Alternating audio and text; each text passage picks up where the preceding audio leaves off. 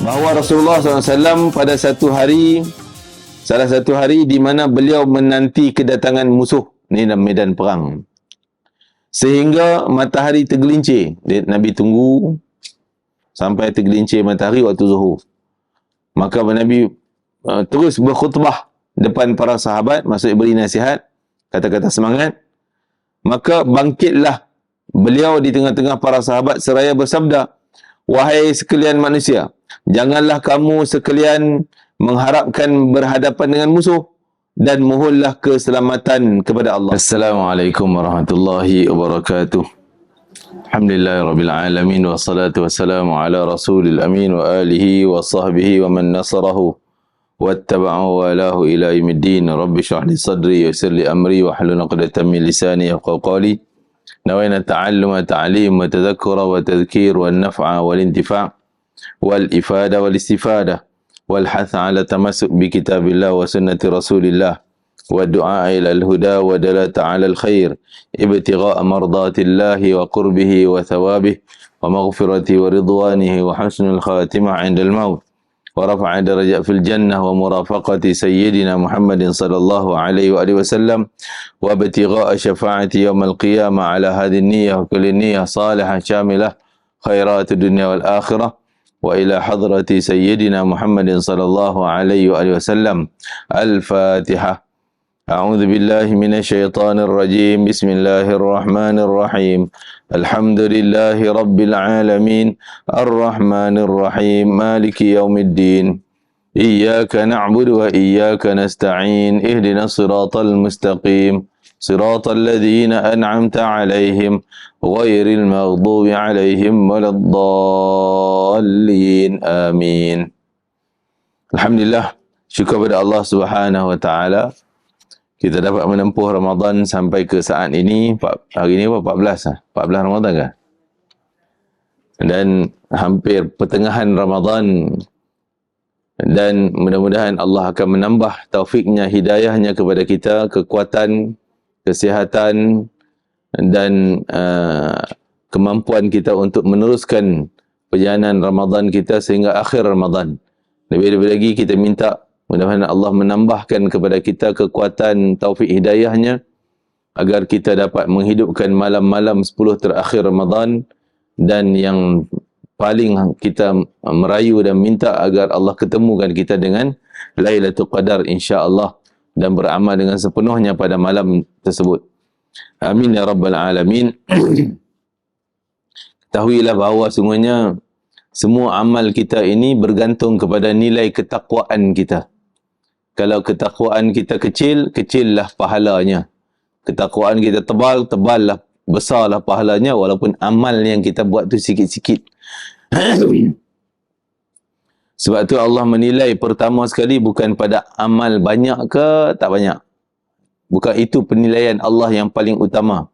Tapi penilaian Allah yang paling utama adalah fi qulubikum wa niyatikum, apa yang ada dalam hati kamu dan juga niat kamu. Maka ketakwaanlah tempat yang ada dalam hati. Dan ikhlas tu menambah takwa. Amal soleh yang lainnya menambah takwa.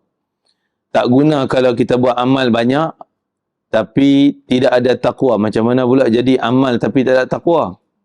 Ada orang yang buat amal tapi tidak ada takwa, iaitu tidak ada takut Allah, buat amal bukan kerana Allah. Maksudnya macam tak ada ikhlas. Dan buat amal satu benda tapi dalam hal lain dia bantah hukum Allah Ta'ala. Seperti mana saya bawa cerita cerita Qabil dan Habil. Habil pun Qabil yang si abang ni yang mula sekali dia bantah hukum Adam. Adam suruh kahwin berselang. Dia tak nak, dia nak kahwin dengan sepasang, sekembar dia juga, yang sama kembar dengan dia. Dia bantah. Maka hatinya dah hilang ketakwaan. Tak patuh dah pada perintah Allah. Tak takut pada Allah lagi dah. Berani dah nak mencabar Allah. Mencabar ayahnya. Maka bila diperintah untuk buat korban pun, dia buat benda sambil lewar. Korbannya, gandum yang buruk-buruk. sambil lewa. Yang Habil pula patuh pada perintah Adam, dia taat, dia akan buat apa yang Adam suruh. Akhirnya dia bila hatinya penuh ketakwaan, dia buat tu kerana Allah, Allah tingkatkan ketakwaan dalam hatinya tebal, dan apa dia buat pun kerana Allah, sehingga korban pun dia buat untuk Allah. Maka dia pilih yang terbaik, kambing yang paling cantik dan sebagainya. Akhirnya Allah terima korban dia, tak terima korban Qabil, si abang. Jadi, maka tengok daripada hati tak takwa tadi, dia akan berlanjutan, dia pula terpengaruh dengan bisik iblis. Syaitan bisik dia. Kau tak boleh biar adik kau ni bunuh je. Dia punya pasal yang kau tak dapat hajat kau. Maka dia ugut, qala la aqtulannak, aku akan bunuh engkau pula. Dia mudah terpengaruh dengan bisikan syaitan. Jadi orang bila tidak takwa ni macam tu. Dia buat sambil lewa, amalan dia tu untuk orang nampak-nampak aja, bukan untuk Allah. Dan dia mudah terpengaruh, mudah berdendam dengan orang, mudah nak bergaduh dengan orang, mudah cari pasal dengan orang. Dia mudah sangat benda tu. Sehingga kalau nak selesai masalah, dia anggap caranya cara pulau orang tu, bergaduh dengan orang tu, selesai masalah. Padahal itu bukan penyelesaian. Itu adalah menambah masalahnya. Tapi Qabil bunuh. Habil pula kata, kalau kamu nak membunuh aku ma'ana bibasitin yadi ilaika liaqtulak. Aku tak akan bunuh kamu. Tak akan perang dengan kamu. Kan? Aku tak akan angkat tangan pun. Tak akan angkat tangan pun nak perang dengan kamu. Inni akhafullah Rabbal alamin. Ini sungguhnya aku ni, kenapa tak buat macam tu? Kenapa aku tak sanggup lawan kau? Bukan kerana engkau kuat, bukan kerana engkau hebat, bukan pasal itu. Sebab aku takut Allah. Ini takwanya. Buat kerana Allah, tinggal larangan kerana takut Allah. Buat kerana perintah Allah, taat, dan tinggal suatu benda yang patut kita tinggal kerana takut Allah, azab Allah dan sebagainya. Jadi ini meningkatkan ketakwaan. Dengan tingkatnya takwa, walaupun amal kita kecil-kecil sikit je, tapi nilai di sisi Allah besar. Seperti para sahabat Nabi SAW, walaupun amal mereka yang Nabi kata, walaupun nampak kecil, separuh biji tamar je derma dia, lebih besar daripada kamu mutaakhir yang derma emas sebesar gunung. Kenapa dia sikit tapi ganjaran besar? Sebab hati tu. Hati penuh dengan takwa. Hati penuh dengan taat perintah Allah, semata-mata takut Allah, bukan takut makhluk. Tak. Bayangkan, hati mereka, Islam perintah supaya bunuh orang kafir, walaupun itu bapa dia, walaupun itu abang adik dia. Dalam perang lah, masuk dalam medan perang. Sanggup? Sebab apa? Perintah Allah, perintah Rasulullah. Cinta Allah, cinta Rasulullah SAW. Buat. Ini ketakwaan yang sangat hebat. Maka nilai ketakwaan ni lah latihan kita di bulan Ramadan ni berpuasa. Allah kata la'allakum tattaqun tu. Puasa kamu akan menambahkan ketakwaan. Mana tidak? Kita contohnya dalam bulan puasa, kita tak akan makan walaupun ada peluang makan dan tak ada siapa tahu. Kan? Ni mak-mak yang masak kat dapur ni. Kita seorang-seorang je duk masak. Air ada sebelah. Kita bancuh air ni. Makanan ada. Baru pukul 3 petang. Makan tak? Tak sanggup. Masa apa tak sanggup makan? Sebab takwa, takut Allah. Yang ni yang kita nak. Dalam puasa bagus, lulus sebab takwa ni. Kalau boleh, yang kelulusan sijil dalam takwa yang ada dalam puasa ni, bawa dalam kerja harian. Yang lain pun tak berani buat, takut Allah. Orang tak nampak, Allah nampak. CCTV tak ada, Allah ada. Ini takwanya. Boleh dalam semua benda. Kita datang masjid pun, kenapa kita datang?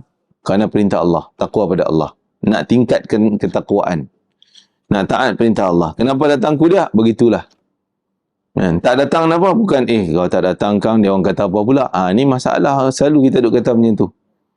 Kau tak pergi, dia orang duk cakap apa pula? Tak pergi, lama tak pergi ni. Dia orang cakap, ni semua menghancurkan ketakwaan kita. Walaupun takwa dah meningkat tinggi, tapi dengan kesalahan kita tadi, mungkin lebur ketakwaan kita. Apa dia yang meleburkan ketakwaan kita? Yang pertama, bantah hukum Allah. Bantah apa yang diperintah oleh Nabi SAW. Tak setuju. Hati tak boleh terima hukum Allah. Yang kedua, hilang keikhlasan, bukan lagi kerana Allah, ada kerana lain. Habis ketakwaan kita. Dan maksiat terang-terangan, dan tidak bertaubat daripada maksiat tersebut. Itu semua menghancur ketakwaan kita. Tapi bukan nak kata orang yang bertakwa ni tak buat maksiat langsung. Mungkin terjebak juga. Kadang-kadang nafsu dia terlalu kuat, dia terjebak dengan dosa. Tapi orang yang bertakwa walaupun dosa, dia cepat kembali, cepat bertaubat, cepat minta menyesal pada Allah, minta ampun pada Allah Ta'ala. Ini tingkat ketakwaan. Maka kita jagalah ketakwaan kita di bulan Ramadan. Di siang hari, Masya Allah, Alhamdulillah kita dapat jaga. Malam juga, ibadah kita di waktu malam. Dan bila-bila masa, kalau orang kerja berurusan dengan wang ringgit, janganlah sesin pun menelan duit orang dan sebagainya, atau ambil dengan cara yang batil, kerana ada ketakwaan. Biar jaga ketakwaan, jangan hancur ketakwaan. Walaupun orang nampak engkau bodohnya, tak ambil peluang, orang cakap, tapi Allah tetap puji orang yang jujur, jaga ketakwaannya. Mudah-mudahan dengan amal kita yang sedikit, yang sedikit ini meningkatkan ketakwaan kita kerana keikhlasan kita kerana Allah Ta'ala. Dan kita tengok pada hadis muka surat apa yang sama 42. Ha? 42 hadis ke-30, hadis terakhir daripada tajuk sabar. Daripada Abu Ibrahim Abdullah bin Abi Aufa. Abdullah bin Abi Aufa, sahabat Nabi radhiyallahu anhuma, anna Rasulullah sallallahu alaihi wasallam fi ba'd ayyamihi allati laqiya fiha al-aduwa intadhara hatta idza malat asy-syamsu qama fihim faqala ya ayuhan nas la tatamannaw liqa' al-aduwi was'alullaha al-'afiyata fa idza laqitumuhum fasbiru wa'lamu anna al-jannata tahta dhilalis suyuf. ثم قال النبي صلى الله عليه وسلم اللهم منزل الكتاب ومجري السحاب وهازم الأحزاب اهزمهم وانصرنا عليهم. Bahawa Rasulullah SAW pada salah satu hari di mana beliau menanti kedatangan musuh ni dalam medan perang, sehingga matahari tergelincir. Nabi tunggu sampai tergelincir matahari waktu zuhur. Maka Nabi terus berkhutbah depan para sahabat, maksud beri nasihat, kata-kata semangat. Maka bangkitlah beliau di tengah-tengah para sahabat seraya bersabda, wahai sekalian manusia, janganlah kamu sekalian mengharapkan berhadapan dengan musuh, dan mohonlah keselamatan kepada Allah. Jadi kita tak boleh mengharap mencabar-cabar musuh ni, jangan. Itu bukan adab Rasulullah. Kalau kau ni tunggu lah. Ini bukan. Kalau kau ni buatlah, mana buat lagi, tengoklah. Ini kita mengharap jumpa musuh. Walaupun kita tahu dia bermusuh kita, mudah-mudahan tak bermusuh. Mudah-mudahan tak bergaduh. Jangan mengharap. Walaupun itu hal kita sini yang tak perang, yang perang pun, mudah-mudahan tak datang musuh. Walaupun di medan perang. Nabi kata, ni medan perang dah. Tak disebutlah medan perang apa waktu ni. Tapi Nabi tunggu musuh datang dah. Tapi Nabi kata, kamu jangan harap-harap. Minta-minta. Harap ni maksud minta. Mana musuh? Mai cepat. Aku nak lawan ni. Mai cepat. Mana dia aku nak jumpa. Mana mai cepat. Tak boleh. Mencabar-cabar macam tu. Tak boleh. Kita standby, tetap standby. Kita tahu musuh akan datang. Mudah-mudahan selamat. Ya Allah, mudah-mudahan selamat. Mudah-mudahan selamat. Afiah, tak akan jumpa musuh. Tiba-tiba musuh datang. Tak apa. Musuh datang, tak boleh lari. Yang ni disebutkan. Bila kamu sekalian berhadapan dengan mereka, bila dah musuh datang, berdepan dah, maka sabar. Jangan lari. Sabar ni maksud duduk, tetap bertembung, tetap lawan. Jangan lari dari medan perang. Kerana lari daripada medan perang adalah salah satu dosa besar daripada dosa-dosa besar. Dosa besar ada banyak, 70. Disebut oleh Imam Zahabi, kita baca kitab dulu. Daripada dosa 70 tu, ada lagi dosa yang paling besar daripada yang besar tadi. Akbarul kabair. Mula ada dosa saghair. Saghair ni dosa kecil. Lepas itu dosa akbarus saghair. Dosa besar di kalangan dosa kecil. Maksudnya kecil yang dahsyat lah. Dosa kecil yang dahsyat-dahsyat. Lepas tu baru jumpa dosa besar. Lepas tu jumpa akbarul kabair. Dosa besar di kalangan dosa-dosa yang besar. 70 tadi, yang paling dahsyatnya adalah syirik. Yang kedua, derhaka ibu. Kan? Salah satunya adalah meninggalkan medan perang. Lari daripada medan perang. Itu salah satu dosa besar, membunuh dan sebagainya. Jadi Nabi kata kalau dah jumpa, sabar je lah. Jumpalah musuh. Wa'lamu, ketahuilah kamu, annal jannata tahta dhilalis suyuf. Hendaklah kamu faham betul-betul bahawa syurga ni duduk bawah bayang-bayang pedang. Itu simbolik. Bayang pedang ni maksudnya, inilah, duduk bawah perang ni, medan perang ni, syurga duduk sini. Kamu mati je, syurga terus. Tak ada soal. Tak ada soalan-soalan dah. Mungkar nakir pun tak payah soal. Tak ada hari hisap, nak perlu hisap, tak ada, syurga langsung. Tanpa hisap. Tu keistimewaan orang mati syahid. Dia tak ada hisap, tak ada timbangan mizan, tak ada buku catatan kanan kiri, tak payah. Tak ada lintasan sirat, bangkit kubur, terus masuk syurga. Masya Allah, hebat. Summa qala Nabi SAW, lepas tu Nabi guna istilah syurga di bawah bayang pedang, nak bagi semangat para sahabat. Jangan tinggal pedang, jangan tinggal senjata, tetap berdepan dengan musuh. Kan? Walaupun kamu lemah, walaupun kamu senjata yang sikit. Summa qala Nabi SAW, kemudian Nabi bersabda, Allahumma munzilal kitab. Nabi doa ni selalu kita banyak dimainkan di radio, TV. Doa qunut nazilah ni. Kan? Ini ayatnya Nabi doa, Allahumma munzilal kitab. Wahai Tuhan yang maha menurunkan kitab. Wa mujriyas sahab. Wahai Tuhan yang menjalankan awan. Wa hazimal ahzab. Yang mengalahkan pasukan ahzab. Pasukan ahzab ni pasukan paling kuat. Gabungan orang bangsa Quraisy mai daripada Mekah. Bergabung dengan Yahudi. Berapa kabilah Yahudi yang ada Madinah. Gabungan dengan bangsa Arab sekeliling Madinah yang bermusuh dengan Islam. Gabung kekuatan 3 pasukan besar ni lawan dengan tentera Islam 3,000 je. Kan? Memang kalau ikut hitungan atas kertas, memang akan habis hancurlah 3,000 orang, tak ada akan hidupnya. Tapi hazimal ahzab, yang mengalahkan ahzab bukan pasukan manusia, tapi Allah yang mengalahkan. Ihzimhum, kalahkanlah mereka tu.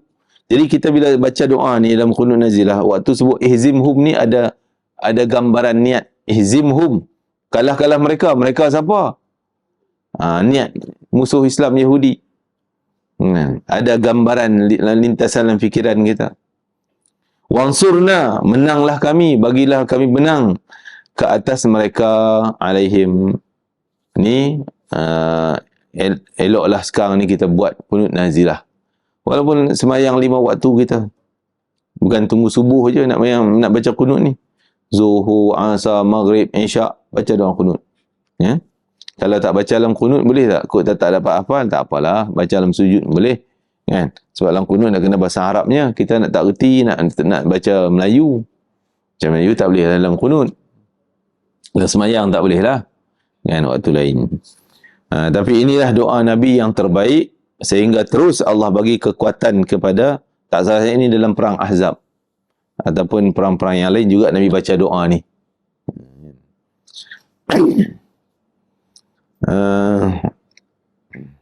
Kenapa dikaitkan mula munzilal kitab, sedangkan nama Allah ni banyak lagi yang lain kan? Ya. Amin je lah. Kalau dah imam baca, kita makmum tak payahlah baca pula kan? Kita aminkan saja. Jadi kenapa Allah kaitkan dengan penurun yang menurunkan kitab Quran? Kerana nak tanam kami ni orang beriman yakin pada kitab. Engkau lah yang menurun kitab dan kami dah pegang, kami dah beramal, kami dah yakin dengan kitab. Iman kami telus. Wa mujriyas sahab, dia menjalankan awan. Menjalankan awan. Maksud Allah yang maha berkuasa. Nak bagi panas, nak bagi sejuk, nak bagi hujan, nak bagi apa, yang mentadbir semua urusan Allah. Hazimal Ahzab, Allah yang maha kuat. Kuat mana manusia kekuatan pun, Allah senang je. Kun fayakun, kekuatan Allah. Kalah menang di tangan Allah. Nak menanam keyakinan kita tu, kalah menang tangan Allah. Allah yang pernah kalahkan tentera yang paling kuat. Supaya kalahkan dia orang ni, musuh ni. Dan bila kita minta, kita kena yakin makbul. Jangan minta, alamak, tengok dah berapa bulan dah perang, daripada bulan 10 itu ke 4 bulan 5 bulan dah kan, tak berhenti juga kita doa kunut, tak berhenti. Tak makbul lah doa saya. Ini dosa. Ini namanya su'uzan, buruk sangka pada Allah, jahat, tak baik. Maka kita yakin makbul tu. Habis tu kenapa tak reda lagi sekarang ni? Ya, ada caturan Allah. Allah yang catur takdir dia. Ada sebab yang kita tak tahu rahsia Allah. Bukan kerana doa kita tak makbul, dan bukan kerana doa kita jadi sia-sia je, doa tak jadi-jadi. Tak, doa kita tetap dapat pahala, tetap Allah akan makbulkan. Mungkin bukan hari ni, tapi tak tahu bila masa yang Allah yang tentukan. Ini Allah yang catur ni. Kenapa kena tindas lagi Gaza, Yahudi duk bebas lagi kan, kerajaan Yahudi masih menang lagi? Ada sebab. Sebabnya berlakunya peristiwa akhir zaman nanti. Itulah doa ni sangat mustajab dan elok kita hafal. Kita tengok masuk tajuk baru, bab tentang jujur, as-sidq. Bahasa Arab sebut sidq, sad dal qaf. As-sidqu, jujur, benar. Benar dalam kataan, benar dalam urusan perbuatan dan sebagainya, jujur. Didatangkan oleh Imam Nawawi terlebih dahulu adalah ayat Quran, ya allazina amanu taqullaha wa kunu ma'as sadiqin. Wahai orang yang beriman, bertakwalah kamu kepada Allah, hendaklah kamu bersama dengan orang-orang yang benar, orang-orang yang jujur. Jadi kejujuran ni kadang-kadang kita tak mampu nak sejujur-jujur. Jujur mungkin pada perkataan, bukan hanya pada perkataan, tapi jujur kita dengan Allah. Kita tak tipu Allah. Di mana pun, di depan orang pun kita macam tu jadi baik, di belakang tak ada siapa pun kita tetap jadi orang baik, jujur dengan Allah Ta'ala. Tapi kadang-kadang berat nak buat ni benda ni. Kadang-kadang belakang jadi lain kan. Sekurang-kurangnya Allah kata wa kunu ma'as sadiqin. Kamu nak jadi orang jujur, kamu kena duduk dengan orang jujur. Kamu kena berkawan dengan orang jujur. Bersahabat dengan orang jujur. Orang jujur macam mana pun, kita kata dulu orang kata apa, orang lurus bendui kan. Orang lurus bendui pun, tapi kalau dia kawan dengan orang penipu, akhirnya dia jadi penipu. Tak lama dia akan jadi macam penyakit-penyakit. Dia akan terjangkit. Dan orang penipu pun, kalau berkawan dengan orang jujur, lama-lama dia, kalau dia nak berubah, lama-lama dia akan jadi kejujuran. Tak berani dia nak menipu. Kan? Kunu ma'as sadiqin. Jadilah kamu bersama dengan orang-orang yang jujur. Bersahabatlah dengan mereka, mengenalilah mereka, dan juga ambillah pengajaran daripada mereka. Wa qala ta'ala was-sadiqin was-sadiqat, dalam menceritakan kisah-kisah ahli syurga. Antaranya sifat mereka adalah lelaki yang jujur dan wanita-wanita yang jujur. Wa qala ta'ala falau sadaqullaha lakana khairan lahum. Jikalau mereka selalu bersikap benar dalam iman mereka pada Allah, jujur pada Allah, iman sungguh-sungguh bukan munafik, nescaya yang demikian itu lebih baik bagi mereka. Kalau iman yang sebenar, untungnya diri dia sendiri. Kalau iman menipu-nipu, depan orang dia tunjuk imannya, belakang lain, maka yang rugi dia sendiri. Semua pulang pada diri sendiri, kejujuran. Hadis yang pertama daripada Abdullah bin Mas'ud radhiyallahu anhu anin Nabi sallallahu alaihi wasallam, inna sidqa yahdi ilal birri. Sesungguhnya jujur, benar itu, sama dalam perkataan ataupun dalam perbuatan, membawa kepada kebaikan. Kebaikan apa? Pahala, cinta Allah, rahmat Allah. Wa innal birra, dan pahala tu bawa pada jannah, syurga. Rahmat Allah, ke syurga lah dia. Wa innar rajula, kalaulah seorang lelaki, sungguhnya seorang lelaki itu la yasduqu, dia sentiasa jujur. Tak pernah nak menipu, tak pernah nak bohong, jujur. hatta yuktaba indallahi siddiqan, sehingga Allah cop sertifikat dia ni orang si jujur, yang sangat jujur, siddiq. Seperti gelaran Sayyidina Abu Bakar, As-Siddiq. Tapi kita sekarang tak ada diberi gelaran macam tu. Zaman Nabi, Nabi boleh bagi gelaran yang Allah bagi. Allah bagi, Nabi bagi pada Abu Bakar. As-Siddiq, orang yang sangat jujur. Macam mana kejujuran As-Siddiq, kejujuran Sayyidina Abu Bakar? Semua para sahabat As-Siddiq, tapi yang paling ketua kejujurannya adalah Sayyidina Abu Bakar As-Siddiq. Kerana dalam cerita dalam Isra Mi'raj lah, semua kita tahu kejujurannya. Dia kata kalau Nabi cerita pelik jauh daripada tu pun aku yakin, sebab daripada mulut Nabi Muhammad. Kan? Sallallahu alaihi wasallam. Dan kejujuran Sayyidina Abu Bakar, dia terus awal-awal isytihar. Nabi nak apa, semua dia akan tanggung. Malah harta dia adalah harta Nabi Muhammad SAW. Nabi boleh sewenang-wenang nak guna apa pun. Ya? Dia tak akan petikaikan. Apa saja untuk nak Rasulullah, dia akan korban dengan segala-galanya. Jujurnya dia. Tak ada iman, betul-betul iman dia. Dia tak petikaikan. Taklah, kita kadang-kadang nak guna ambil lah. Apa ambil lah. Lepas hari ni ambil, esok ambil, lusa dah 3 hari. Apa ni kau tak ada orang lain kan ambil? Tak ada orang lain punya ke? Ambil aku punya je. Dah mula pula. Kan? Jadi kejujuran kita dah mula terhakis. Dan Sayyidina Abu Bakar tidak. Kan?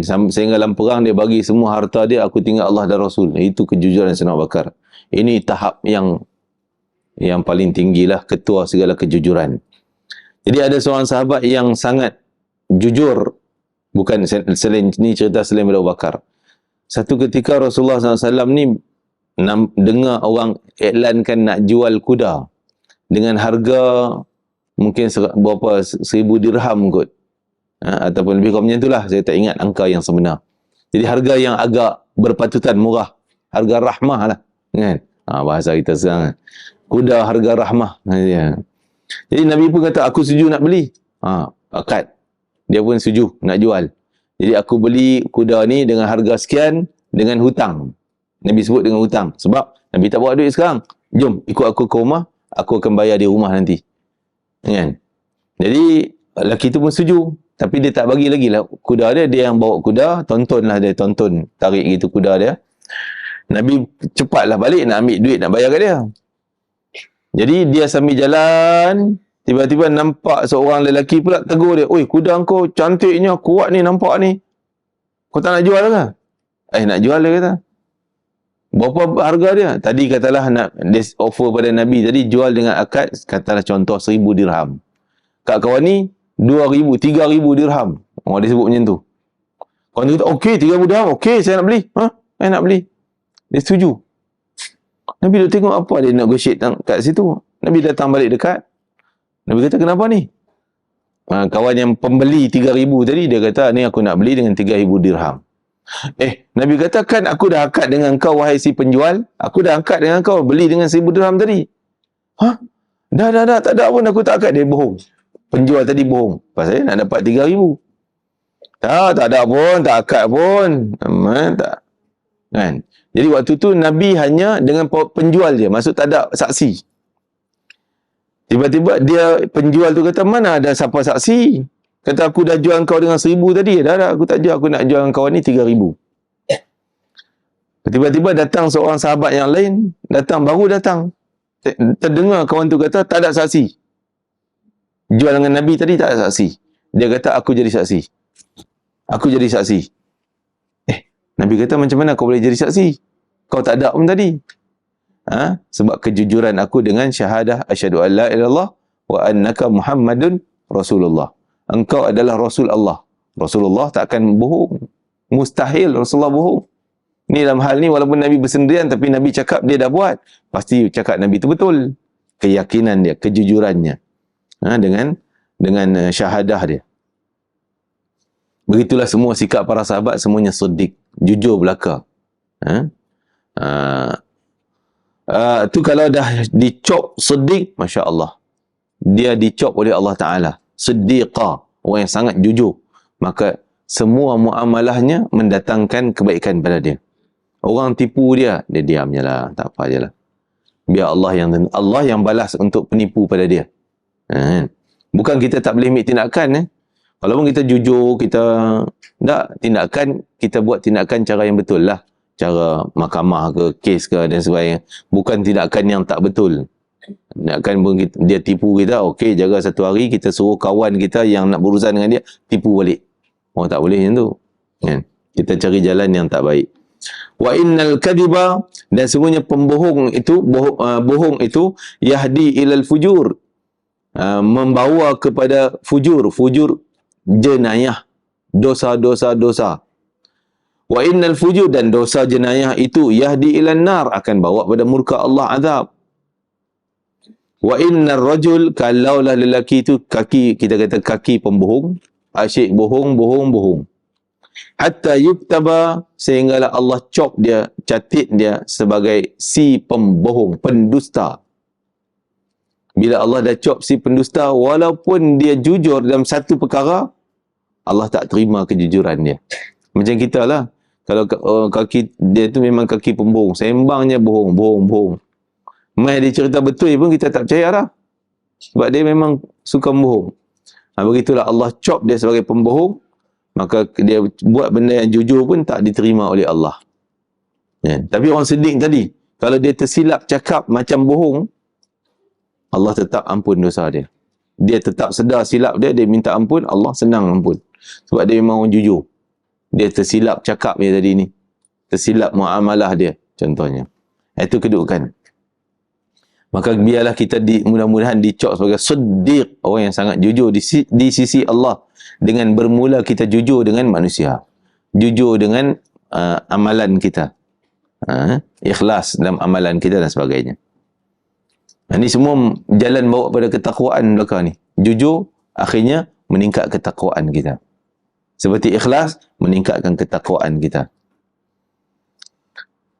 Okey, hadis tadi menunjukkan bahawa Allah tak akan biar walaupun sikit pembohongan.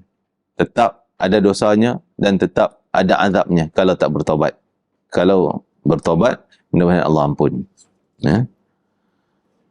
Dan hadis yang kedua daripada Muhammad Al-Hasan bin Ali bin Abi Talib, cucunda baginda Nabi SAW. Abu Muhammad Hasan, namanya Hasan.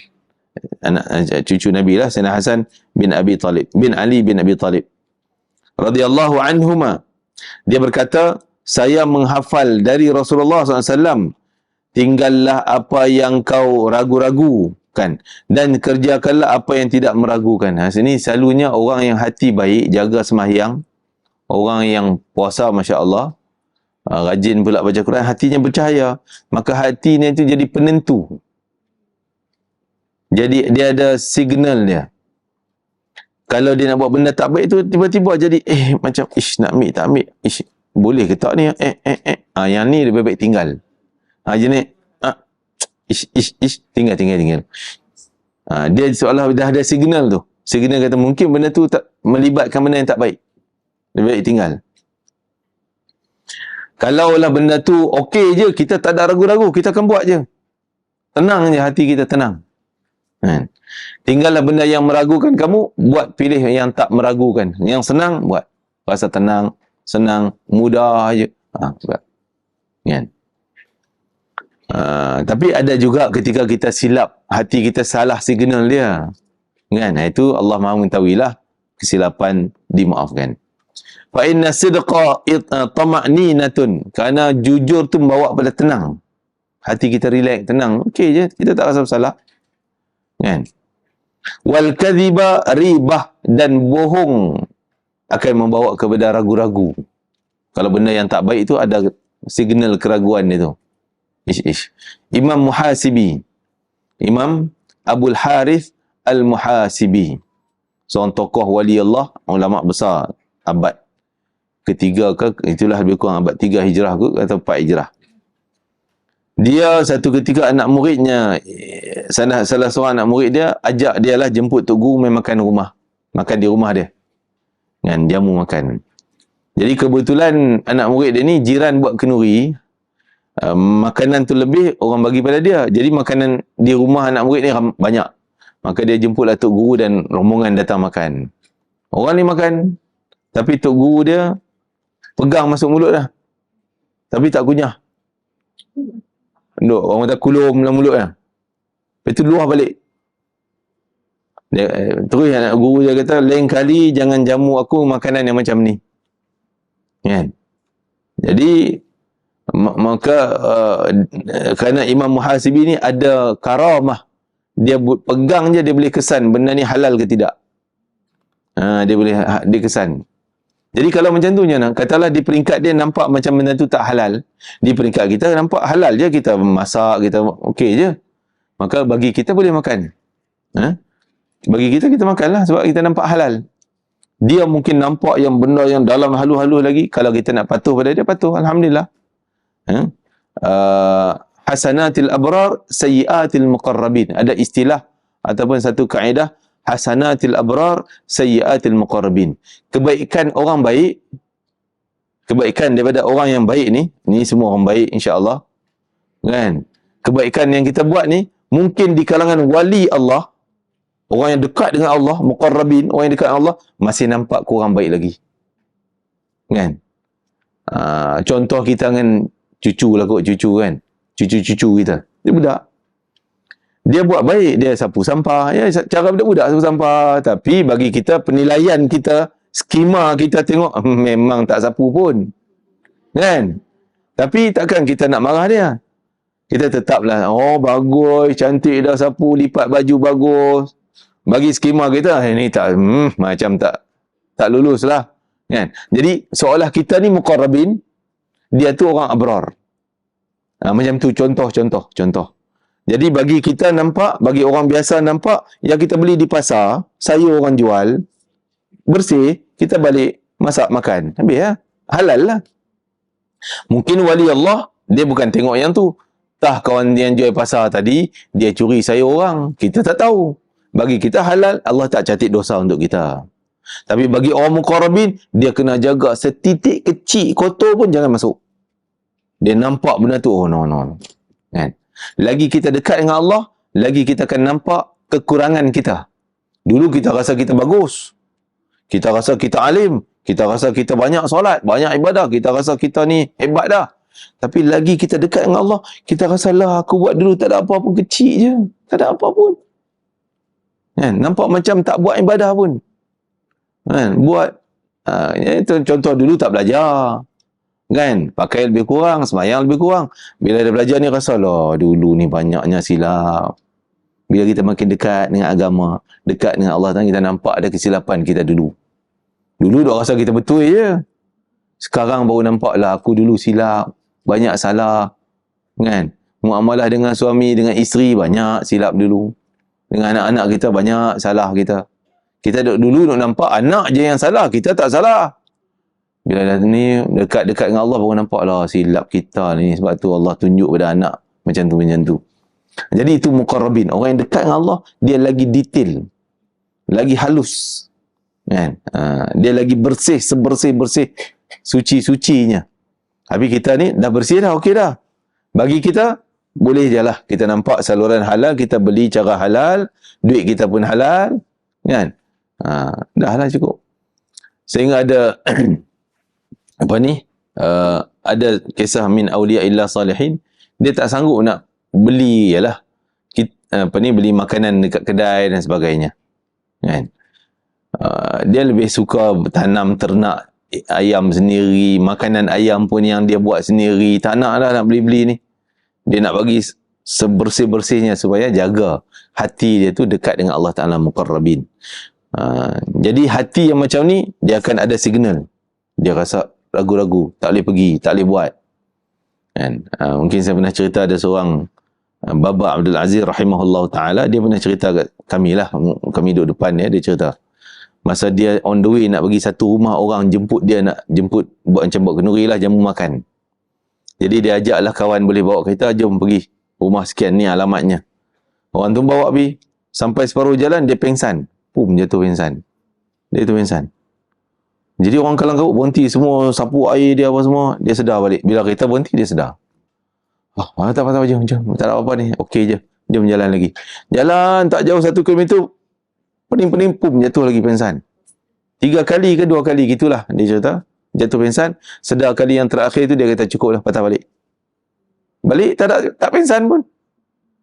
Dia kata signal Allah Ta'ala supaya jangan pergi. Kan? Wallah alam apa sebabnya. Tak diceritalah. Jadi itu mereka ni, orang yang dekat dengan Allah ni ada isyarat. Ada benda yang mereka tinggal tu, ada isyarat daripada Allah. Hati mereka yang suci, yang bersih. Punca daripada kejujuran tadi. Jujur dengan Allah, sehingga Allah ni betul-betul cop dia sebagai orang yang siddiq, sangat jujur, maka Allah beri panduan-panduan yang macam-macam pada dia. Kan?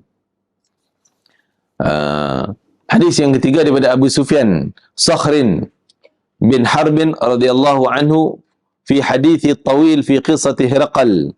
Qala Hiraqlu, famadha ya'murukum? Ya'ni Nabi sallallahu alaihi wasallam. Qala Abu Sufyan. Abu Sufyan nama sebenarnya Sakhrin bin Harbin. Abu Sufyan tu. Dan Sayyidina Abu Sufyan bin Harbin. Namanya Sakhrin. Abu Sufyan tu nama panggilan. Anaknya Muawiyah bin Abu Sufyan. Isteri Nabi, salah seorang anak dia, Ummu Habibah binti Abu Sufyan. Dan akhirnya dia masuk Islam. Awalnya, peringkat awal, dialah kepala musuhnya. Dialah punca perang Badar. Dialah punca jadi perang Uhud. Dia punca segala peperangan, semua dia jadi ketua pengarahnya. Orang yang paling besar lah dalam kedudukan di Mekah ni. Hebat. Raja dia ni. Tapi akhirnya tahun 8 Hijrah, dia masuk Islam. Penghujung 8 ataupun 9 Hijrah, dia masuk Islam. Sehinggalah dia menjadi menjadi sahabat yang baik dengan Nabi SAW. Hadisnya apa dia? Dalam hadisnya yang panjang tentang cerita Heraklius. Kita sebut Heraklius kan? Heraklun, bahasa Arabnya. Hercules. Hercules. Hercules. Jadi, pembesar Rum, Raja Rum. Di mana dia berkata, apa saja yang diperintah. Maksud dia tanya ajaran Muhammad. Apa ajaran Muhammad? Kan? Abu Sufyan berkata, Nabi SAW ni dia dah masuk Islam. Ni tahun dia dah masuk Islam. Dulu dia datang berdialog ketika dia tak Islam. Ada cerita dia, panjang. Cerita dia tak Islam, dia kutuklah Muhammad ni. Tapi dia kata, aku heran sekali. Muhammad ni, apa dia buat pun semua orang akan patuh. Segala perintahnya, semua ditaati. Sehingga ludah dia pun tak akan jatuh ke tanah. Semua orang berebut ambil. Kan? Dia pun heran macam mana Muhammad boleh buat macam tu. Kan? Dia ingat itu kuasa manusia biasa. Kan? Masa dia tak Islam lagi. Tapi bila dia Islam, dia lain pula. Dia kata. Nabi Muhammad SAW bersabda, dia kata, Nabi Muhammad SAW bersabda, sembahlah Allah, Zat yang Maha Esa. Janganlah kamu menyekutukan apapun dengannya. Tinggalkanlah ajaran-ajaran nenek moyangmu. Maksud yang salah. Serta beliau menyuruh kami untuk melaksanakan salat, jujur, pemaaf, menghubungkan sanak kerabat silaturahim. Itu ajaran yang dia sebut secara ringkas. Sehingga Hercules, tu yang sebut. Hercules nak jadi Arab juga saya pun. Nak jadi Arab, Hercules. Dia kagum tapi dia tak terima Islam. Dia tak terima Islam.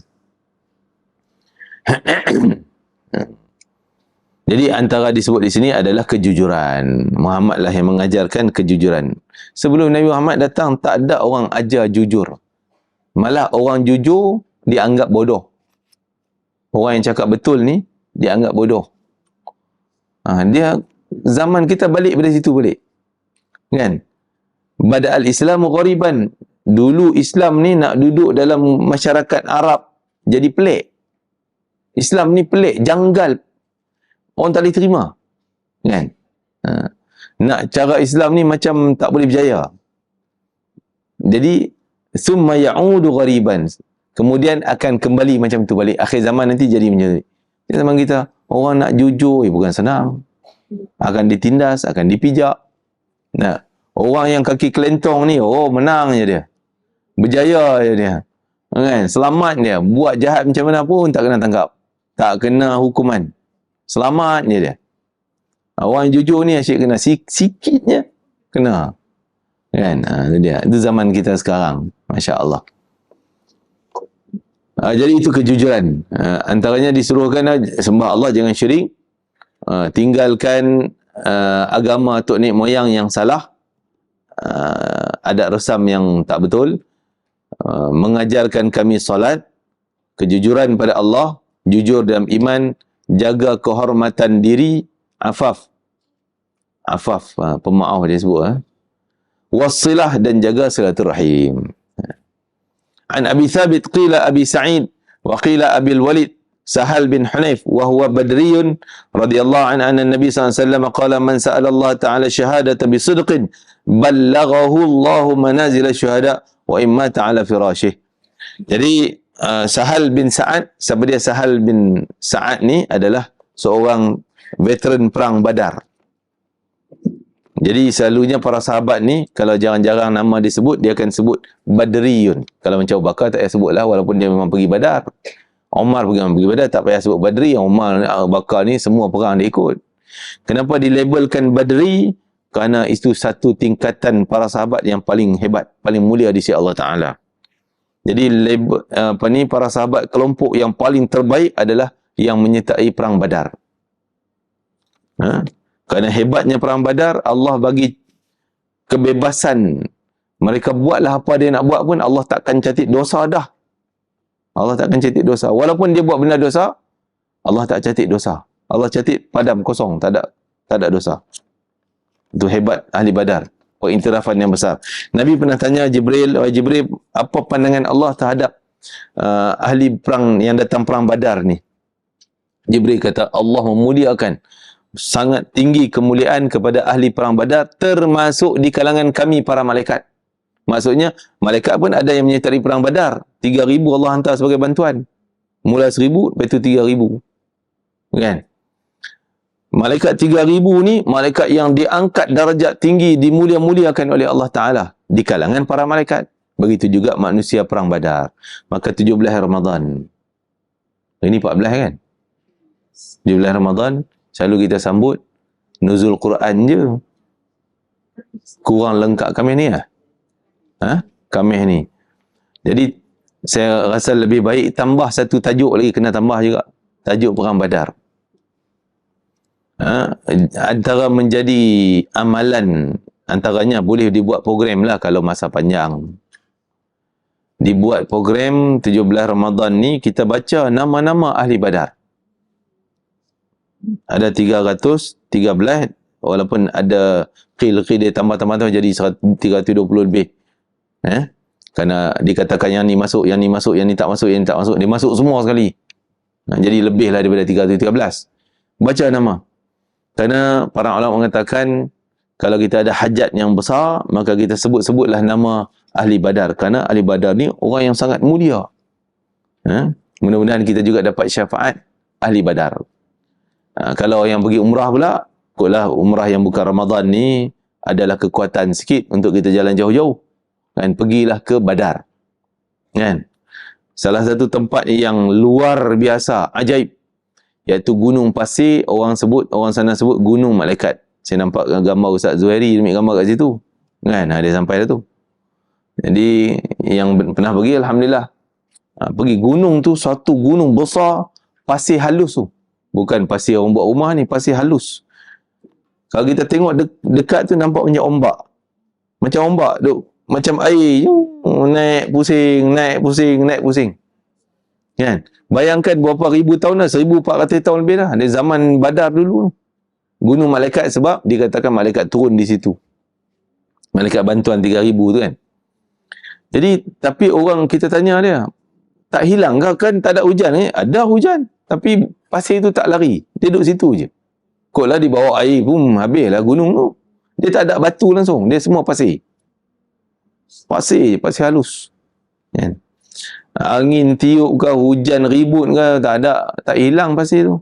Tapi kita nampak macam berombak terbang. Tapi dia mai balik. Kan? Itu keajaiban di situ. Di Badar, Masya Allah. Setempat yang baguslah untuk datang ziarah. Jarak lebih kurang 150 km daripada Madinah. Taklah jauh sangat kan. highway semua senang sekarang. Jadi disebut tadi Hanif ni Sahal bin Hanif adalah ahli Badar radhiyallahu anhu. Dia mengatakan baginda Nabi sallallahu alaihi wasallam telah bersabda, barang siapa yang minta pada Allah Taala mati syahid bisidqin, dengan jujur, benar-benar, sungguh-sungguh. Ini sidq, sungguh-sungguh minta, bukan main-main, jujur betul minta pada Allah Taala, ya. Ballaghahu Allahu, Allah akan bagi pada dia manazil syuhada, pahala kedudukan orang mati syahid pada dia, seolah dia mati, dia tu mati syahid. Wa imma ta'ala firasyih, walaupun dia mati atas katil rumah. Bukan mati syahid pun, bukan mati perang pun, tapi pahala macam orang perang. Sebab dia minta sungguh-sungguh. Ini kekuatan niat, kekuatan doa, minta. Kan? Jadi itu sebab dulu awal mungkin saya sentuh juga tentang niat sebelum kita masuk Ramadan ni. Gambar dah Ramadan ni aku akan buat yang ni, buat yang ni, buat yang ni. Nak khatam 5 kali Quran. Oh, biar angan-angan biar besar-besar. Kan? Jangan angan sikit-sikit. Kan? Seperti Nabi kata, kalau kamu nak minta syurga Firdaus paling hebat tu. Jangan minta syurga Firdaus tingkat-tingkat bawah tu, syurga-syurga bawah ni. Minta yang paling hebat. Jadi minta yang tu minta ni, walaupun katalah kita tak terdaya nak dapat, nak buat, insya-Allah Allah bayar pahala niat kita. Dah tak rugi pun. Seperti juga dalam hadis lain, hadis qudusi, Allah Taala berfirman, idza tahaddatha 'abdi, bila hamba-Ku bercakap-cakap, angan-angan, cakap, saya nak buat ni lah, saya nak buat tu lah, bi an ya'mal hasanah, daripada amal-amal yang baik. Berangan nak buat benda baik ni, duk cakap ni. Ataupun lintas dalam fikiran, samalah. Duk berangan lah, kita kata. Berangan kan, mulut mungkin cakap kita sembang. Saya kau boleh, Lailatul Qadar nanti nak buat gini-gini contohnya kan. Berangan, cakap. Fa'ana aktubah, aku yang akan catat pahala untuk dia, lengkap pahala untuk dia. Kerana niat tadi. Sehingga malaikat pun tak tahu apa yang kita niat. Sehingga ada yang malaikat tunjukkan, ya Allah, ni amalan hamba sekian banyak, sikit berbanding dosa dia banyak. Allah kata, kau pergi cari lagi, ada lagi yang kau tak catat. Malaikat pergi cek lah, habis, korek habis semua, dah catat ya Allah, habis, tak ada penambahan dah. Ada lagi, Allah kata. Malaikat kata, ya Allah, kami tak tahu dah, kami tahu takat ni je, amal dia takat ni je. Ada lagi yang dia pernah lintas sama niat dia nak buat tu, nak buat ni, nak buat tu, nak buat ni. Malaikat kata, itu dia niat je, dia tak buat pun. Kan? Niat je, tak buat. Catat. Allah kata, catat sebagai pahala. Allah suruh malaikat, catat. Ya Allah je yang tahu buat niat ni. Jadi kita jujur dengan Allah Ta'ala, minta sungguh-sungguh. Doa, apa saja yang kita angankan, kebaikan-kebaikan, syurga-syurga, mati husnul khatimah, mati syahid, dan seangkatan dengannya lah niat kita. Apa je, boleh kita gambarkan niat. Walaupun tak mendapat, tak menjadi, tapi tetap pahalanya dicatat. Hadis seterusnya daripada Abi Hurairah radhiyallahu anhu qala Rasulullah sallallahu alaihi wasallam ghaza nabiyyun minal anbiya salawatullah wa salamu alaihim wa qala liqaumi la yatba'ni rajulun malaka bud'am ra'atin wa huwa yuridu an yabna biha wa lamma yabni biha. Okey. Kita baca maknanya. Ada salah seorang di antara para nabi-nabi yang terdahulu yang sewaktu akan berangkat perang bersabda pada kaum. Sebelum berperang dia bagi tasjik, dia bagi kata-kata dululah, ucapan dulu. Dia cakap pada kaum dia, janganlah mengikuti kami seseorang yang baru kahwin. Baru kahwin jangan pergi perang. Nanti duk fikir macam fikir kan. Tinggal isteri. Terganggu perang, keikhlasan dia terganggu. Dia perang nak pergi cepat habis je. Pasal nak balik cepat, kan? Terganggu. Jangan. Yang boleh hilang konsentrate perang, jangan pergi. Yang pertamanya, yang baru kahwin. Yang belum sempat berkumpul dengan isterinya, sedangkan ia ingin berkumpul dengan isterinya. Satu. Yang kedua, jangan mengikuti kami, seseorang yang sedang buat rumah tapi belum siap. Jangan pergi. Kerana terganggu fikiran dia nanti. Duk fikir, alamak, tak ada ni, batu ni tak order lagi, ni kipas ni tak order lagi, ni tak order. Kan? Alamak, dah order sampai tak bagi tahu orang nak pasang pula lagi dia tak kena, kita tak ada, tak boleh. Jadi terganggu urusan ibadah. Jangan pergi. Kan? Sedangkan ia belum selesai membangunnya. Dan yang ketiga, jangan mengikuti kami, seorang yang baru membeli kambing atau unta yang sedang menunggu kelahiran anak, duk bunting. Kambing bunting, duk tunggu, Allah mak bila ni hidup ke tak tadi, yang lahir lagi siapa nak sambut. Jadi fikir. Kan? Sambut anak kambing dia. Kan? Anak. Jadi ada seorang ulama, tokoh Habib Al-Imam Abdul Rahman Attas. Mungkin pernah dengar cerita dia. Abdul Rahman Attas yang pengarang Ratib Attas tu, siapa yang pernah baca kan? Ratib Attas. Ulama besar, dia guru pada Imam Haddad. Guru pada Imam Haddad. Jadi dia, Masya Allah, seorang tokoh ulama wali Allah yang besar. Jadi bila dia baru dapat anak murid dia daripada kampung jauh-jauh ni datanglah nak ucap tahniah. Kerana dia dapat anak ya. Jadi orang datang lalu, jadi dia orang tak cam rumah tugu dia, rumah Imam Omar Attas ni. Kat mana rumah dia? Jadi orang tanyalah rumah adat Badui tu, ada seorang tepi jalan tanya, engkau kenal tak rumah Syekh Omar bin Abdul Rahman Attas? Oh, engkau nak pergi rumah dia? Ya, nak pergi sana. Buat apa nak pergi rumah dia? Dia sibuk pula tanya, buat apa? Kami sajalah nak ziarah dia, nak ucap tahniah dia dapat anak baru. Jadi Arab Badui ni kata, boy, dia dapat anak yang jauh-jauh, kamu nak pergi ucap tahniah? Aku dapat anak kambing, siapa pun tak ucap tahniah. Aku dapat anak kambing baru lahir ni. Siapa pun tak ucap tahniah. Dia orang kata, alah, anak kambing yang pun nyempah macam menyebut orangnya. Jadi tunjuklah sana tu sini. Dia orang pun, anak murid tadi terus berjalan. Sampailah rumah Imam Omar tadi ni, sampai rumah dia. Maka dia orang ceritalah pengalaman tadi, jumpa Arab Badui tu kata macam ni, dia dapat anak kambing, tak ada siapa ucap tahniah pun. Imam Omar kata, iya ke? Dia dapat anak kambing? Jom. Dia orang bawa kopi-kopi yang nak hidang pada tamu ni. Jom, bawa. Bawa kopi, bawa makanan, bawa semua. Jom, kita pergi rumah dia. Anak murid kata, buat apa nak pergi rumah dia? Kita nak pergi ucap tahniah, dia dapat anak kambing. Kan? Nak gembirakan dia. Itu ulama tak? Dia orang bukan main-main. Bukan nak olok-olok ni. Dia orang pergi sungguh, buat makan jamu Arab Badui tadi, gembirakan dia, tahniah dapat anak kambing, oh hebatnya kau, semoga diberkati Allah, macam dapat anak sendiri tu. Seronok kan? Dia pun happy, akhirnya dia jadi anak murid, datang belajar dengan Imam Ahmad atas. Masya Allah.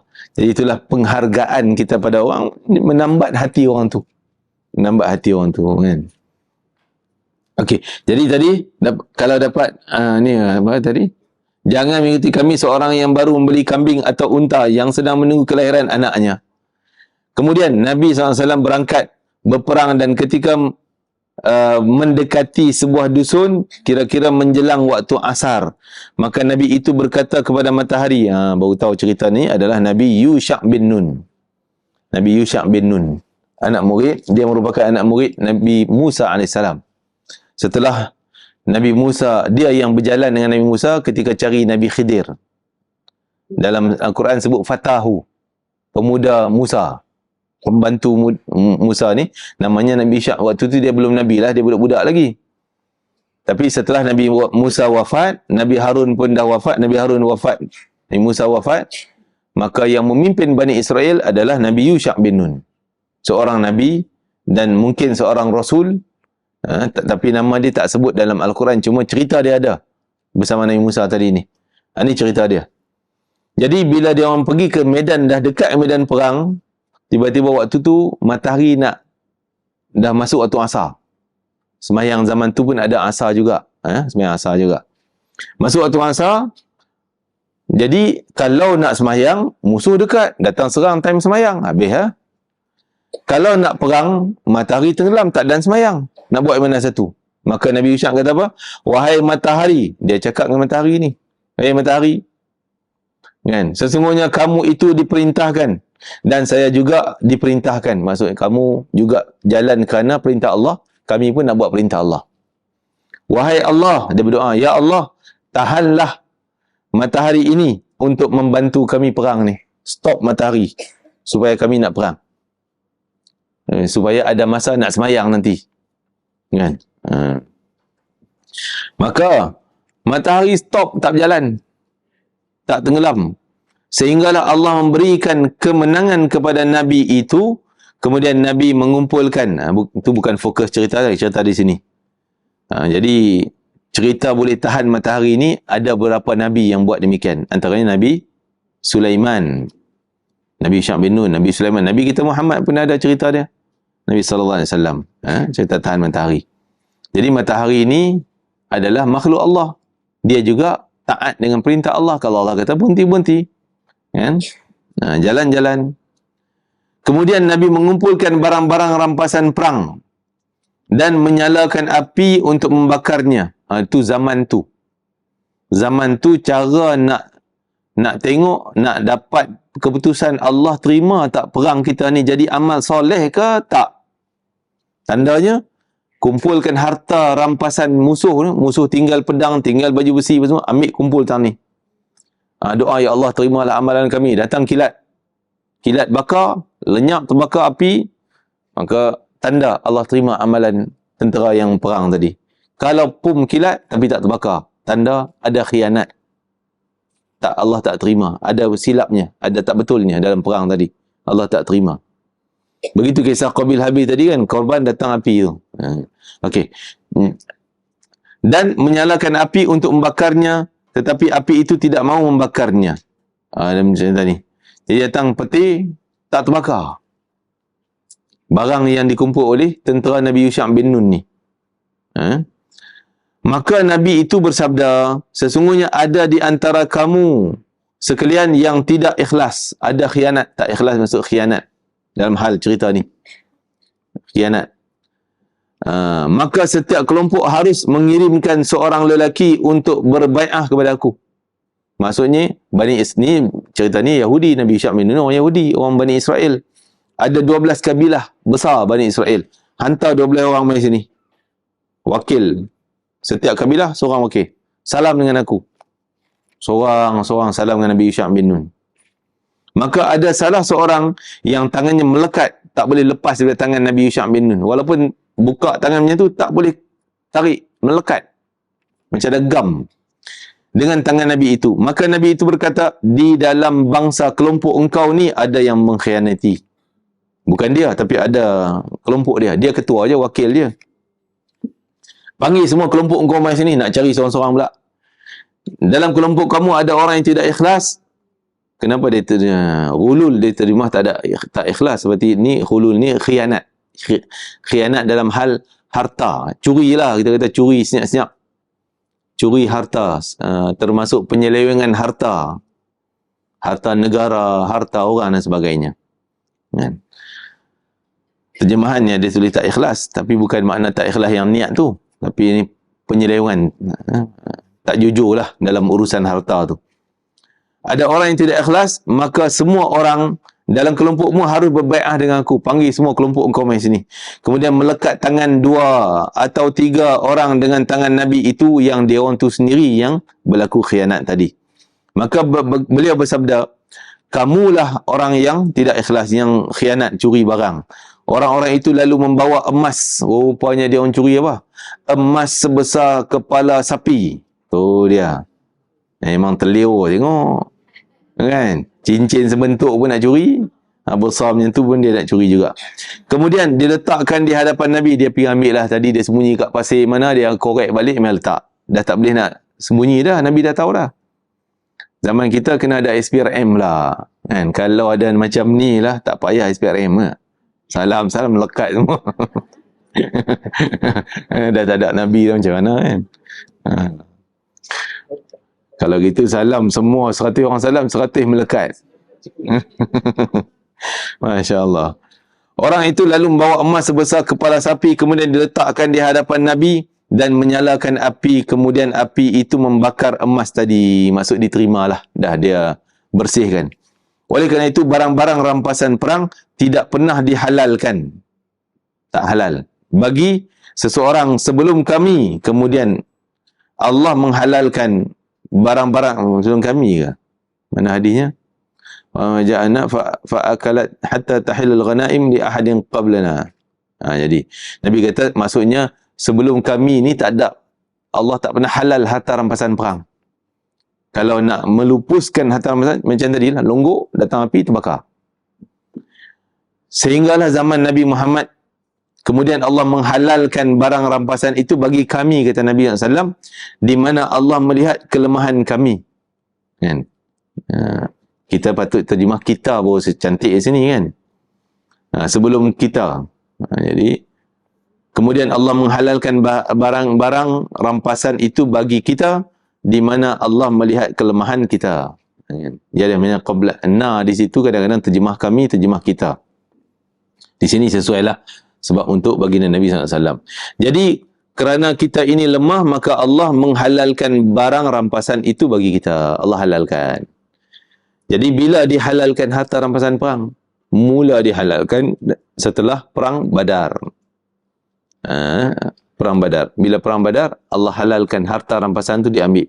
Cuma cara nak ambil tak boleh. Kita tengok pedang cantik, kita ambil simpan. Tak boleh. Itu pengkhianat. Ghulul disebut. Khianat, penyelewengan harta rampasan. Sebab harta rampasan ni asalnya harta negara.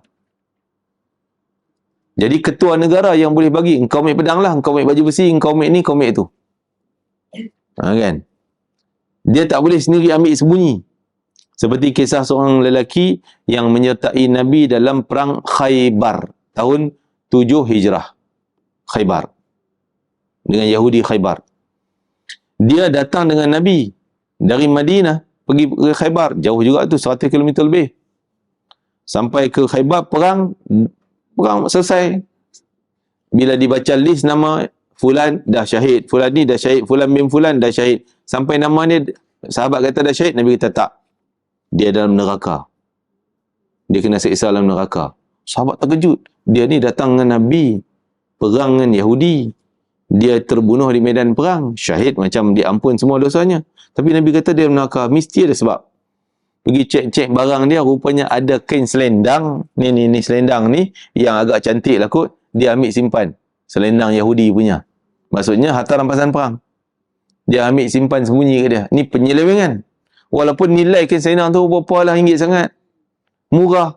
Tapi bila dia penyelewengan, berdosa. Khianat. Termasuk harta negara kita.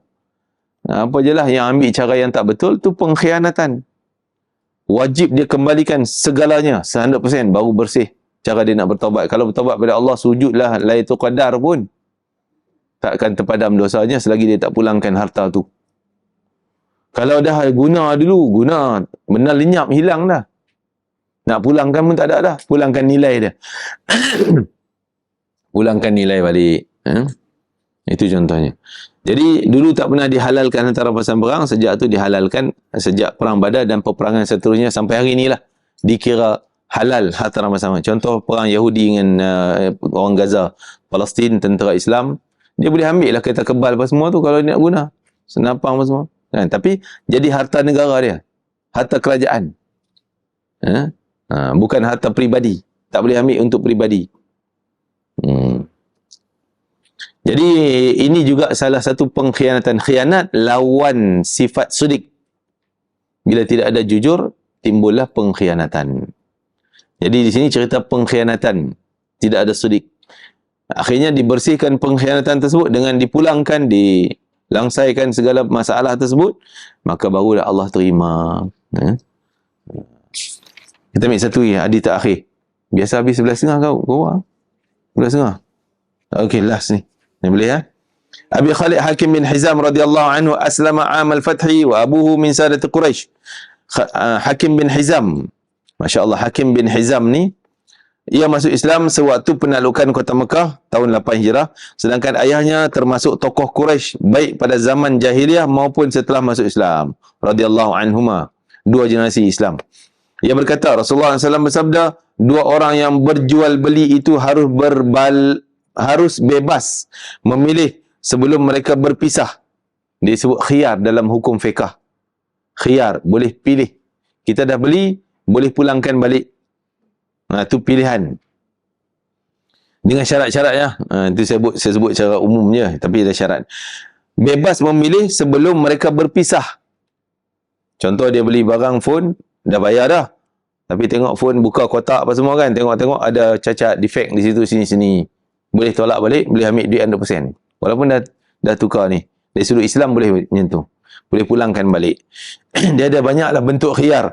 Nama khiyar majlis kalau kita masih di situ.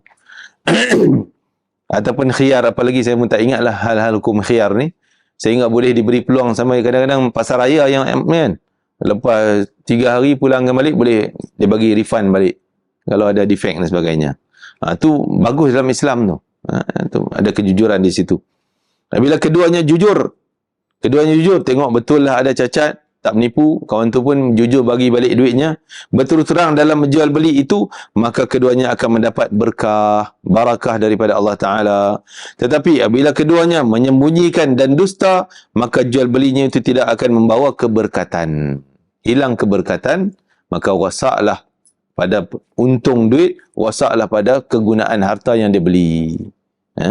Boleh bawa kepada dosa, maksiat dan sebagainya. Jadi kesimpulan pada hadis yang kita baca tadi adalah tentang kejujuran.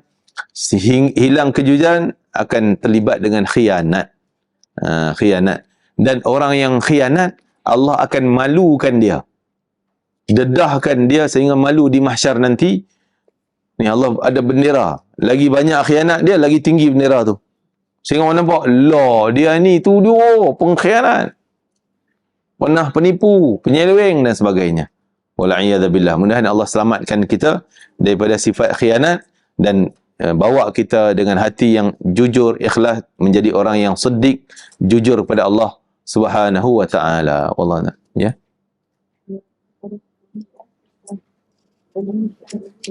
Ya. Ya.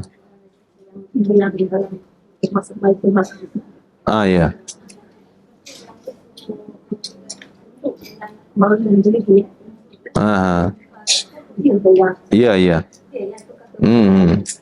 Dia Nabi Yusha bin Nun lah yang memimpin Bani Israel setelah 2 Rasul meninggal. Nabi Harun dan Nabi Musa meninggal. Nabi Yusha memimpin Bani Israel yang sesat di teh tu kan. Nanjung teh, nak bawa ke Baitul Maqdis. Bila dia bawa masuk, maka Nabi Yusha perintah supaya hittah. Hittah ni istighfar, minta ampun pada Allah Ta'ala. Walaupun menang, boleh masuk nampak Baitul Maqdis, tapi Nabi suruh istighfar. Tapi Bani Israel ni peleceh-leceh perintah Nabi Yusha. Sebab Nabi Yusha ni orang muda. Yang tua-tua main dia lah. Kan? Yang tak beriman lah. Yang beriman mereka taat, patuh. Jadi dia orang pemain perkataan hittah kepada hintah. Hintah ni kan tambah nun di situ je. Orang suruh sebut hittah, dia sebut hintah, main-main lah. Memperolok-olok perkataan. Hintah mana gandum. Kan? Jadi akhirnya Allah datang bencana kepada mereka dengan datang wabak taun, penyakit. Kan? Lepas tu Nabi Yusha suruh sujud atas kuda ni, nampak Baitul Maqdis, sujud syukur atas kuda. Dia orang pusing belakang. Dia duduk punggung punggung dia tu kepala kuda. Dia seolah tunjuk punggung, nak pelekeh, nak main-main Nabi Yusha bin Nun. Akhirnya semua kena balak bencana. Wal'iyadzubillah. Itu betullah kisah tu kan. Tapi bukan kisah ubah jadi kera babi itu. Yang kera babi itu cerita lain. Bukan cerita, itu cerita masa zaman Nabi Musa lagi. Kan? Ala kulli hal, Nabi Yusha bin Nun lah yang memimpin masyarakat Bani Israel. Tapi nama dia tak sebut dalam Al-Quran. Nama dia tak ada. Nama Yusha tu tak ada. Bila tak ada, berarti tak termasuk dalam 25 orang para Nabi Rasul tu. Tapi kisah dia ada. Itu cara Allah Ta'ala Rasulullah masukkan 25 ni yang nama disebut dalam Quran je. Banyak Nabi-Nabi cerita dalam Quran tapi tak disebut nama, maka tak dimasukkan dalam 25 tadi. Allah Ta'ala, bismillahirrahmanirrahim. Allahumma fa'ana ma 'allamtana wa 'allimna ma yanfa'una wa barik lana fi. Allahumma barik lana fi hadzal yawm, barik lana fi jam'ina hadza, barik lana fi qira'atina hadhihi, waj'al hujjatan lana la 'alaina waj'al syafi'an lana yawmal qiyamati ya aziz ya ghafar ya arhamar rahimin. Allahumma ati anfusana taqwaha wa zakkiha anta khair man zakkaha anta wali maulaha ya akramal akramin. Ya Allah Tuhan kami, berilah kami kejujuran, khususnya tingkatkanlah ketakwaan kami di bulan Ramadan yang mulia ini ya Allah. Bentuklah hati kami untuk bersikap jujur dan taqwa dan taat kepada segala perintah-Mu ya Allah, dan keimanan kami yang semakin meningkat kepadamu ya Arhamar Rahimin. Ya Allah, jadikanlah ia bekalan kami untuk memperoleh anugerah dan hadiah darimu malam Lailatul Qadar ya Allah. Kurniakanlah kami beramal pada malam Lailatul Qadar dengan penuh semangat, taufik, hidayah darimu ya Akramal Akramin.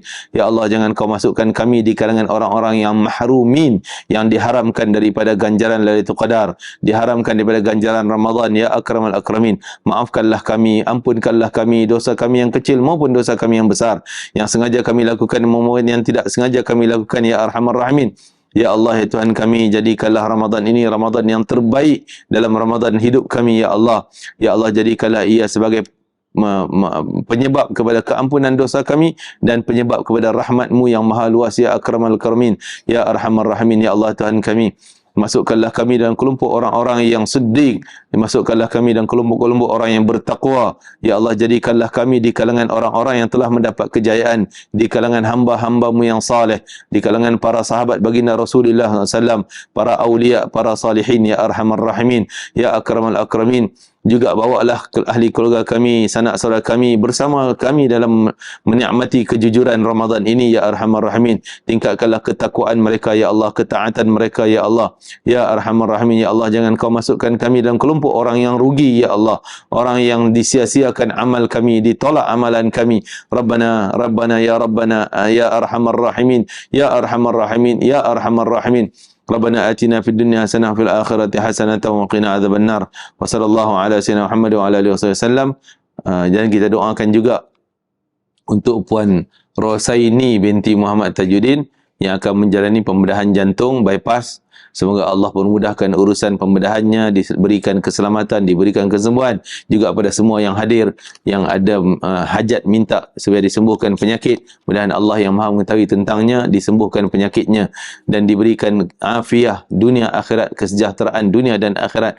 Mudah-mudahan Allah berikan hati kita hati yang penuh dengan redha, hati yang penuh dengan kesabaran, ketabahan, sehingga ia menjadi asbab kepada pengampunan dosa kita dan menjadi asbab kepada bertimbunnya pahala untuk kita. Mudah-mudahan Allah jadikan kita sentiasa menerima takdir yang Allah aturkan untuk kita, dan mudah-mudahan Allah Ta'ala tinggikan darajat kita dalam syurga Firdausil A'la bersama para Nabi Siddiqin, Syuhada dan As-Salihin. Ala hadin niyya wa kulli niyya salihah syamila khairatud dunya wal akhirah wa ala mana wa syekhuna wa ala mana wa qutbuz zaman wa awliya Allah salihun wa ila hadrati Sayyidina Muhammadin sallallahu alaihi wasallam. Al-Fatihah. A'udzubillahi minasyaitonir rajim. Bismillahirrahmanirrahim. Alhamdulillahi Rabbil Alamin Ar-Rahmanir Rahim Maliki Yawmiddin Iyyaka na'budu wa iyyaka nasta'in Ihdinas siratal mustaqim Siratal ladzina an'amta 'alaihim ghairil maghdubi 'alaihim waladdallin. Amin. Kita angkat